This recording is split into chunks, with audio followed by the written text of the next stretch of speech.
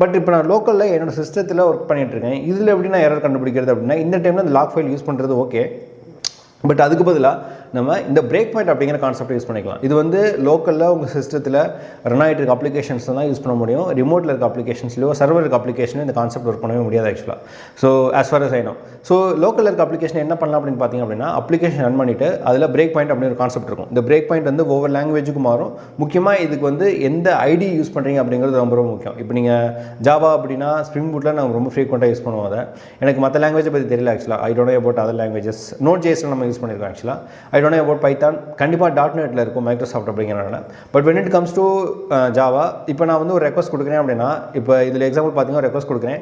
எனக்கு இந்த இடத்துல வந்தோடனே எனக்கு வந்து இந்த எக்ஸிக்யூஷன் ஸ்டாப் ஆகணும் அப்படின்னா, ரெக்வஸ்ட் கொடுத்த உடனே பார்த்தீங்கன்னா இந்த இடத்துல வந்து பிளாக் ஆகுது ஆக்சுவலாக. ஓகேவா, இதுக்கு பேர் தான் பிரேக் பாயிண்ட். இந்த டைமில் நான் என்ன பண்ணலான்னு பார்த்தீங்க அப்படின்னா, இப்போ இந்த வேரியபிளை போய் நான் ஹோவர் பண்ணிவிட்டு இது என்ன ரெக்வஸ்ட் வருது, என்ன டேட்டா வருது, எப்படி